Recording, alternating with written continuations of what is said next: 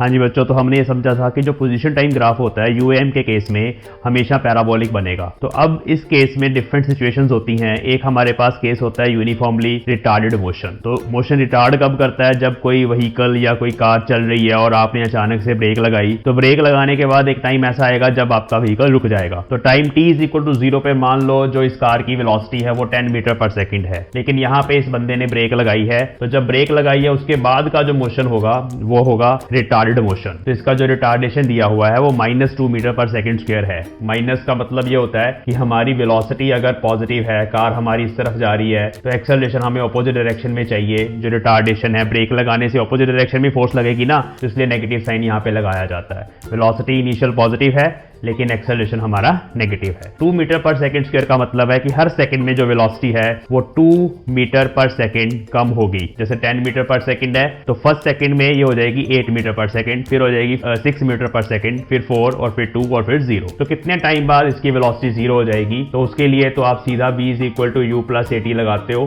Velocity आपने 0 करनी है, u 10 है, a आपने 2 पुट करा t, तो यहाँ पर t आ जाएगा 5 सेकंड। हमें ये पता चल गया कि 5 सेकंड बाद कार रुक जाएगी, लेकिन हमें बनाना है पोजीशन टाइम ग्राफ। तो हम इसके लिए s कैलकुलेट करेंगे।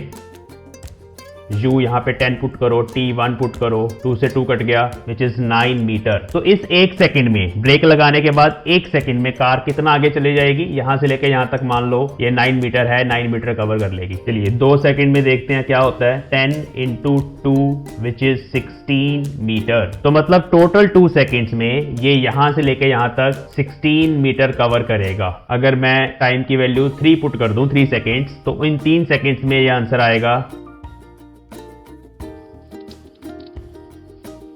तो आफ्टर कैलकुलेशंस हमारे पास ये डिस्टेंसेस आए हैं। 1 सेकंड में 9 मीटर की दूरी पर, 2 सेकंड में, टोटल 2 सेकंड्स में ओरिजिन से 16 मीटर दूर, और फिर 3 सेकंड में 21 मीटर, 4 सेकंड में 24 मीटर और पूरे 5 सेकंड में 25 मीटर। चलिए तो अब इस डाटा से पॉइंट लगाते हैं। तो भाई 1 सेकंड पे total distance covered was 9 metre, तो ये 1 सेकंड है, यहाँ 10 है मेरे पास। तो 2 सेकंड्स के बाद टोटल जर्नी जो है 16 मीटर पे कार चली गई है। तो 2 सेकंड पे ये देखिए यहां लगा पॉइंट। फिर उसके बाद 3 सेकंड्स पे ओरिजिन से 21 मीटर, ठीक है जी। फिर उसके बाद 4 सेकंड्स पे 24 मीटर एंड 5 सेकंड्स पे 25 मीटर। तो 25 बिल्कुल उसके पास ही है।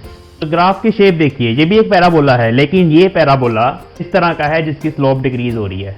ग्राफ धीरे धीरे इस तरह से हमारा टाइम एक्सिस के पैरेलल जा रहा है। इस तरह से डिक्रीजिंग स्लोप है क्योंकि वेलोसिटी कम हो रही है। वेलोसिटी कम हो रही है क्योंकि ब्रेक लगाई थी, इसलिए ग्राफ इस तरह का पैराबोला बनेगा।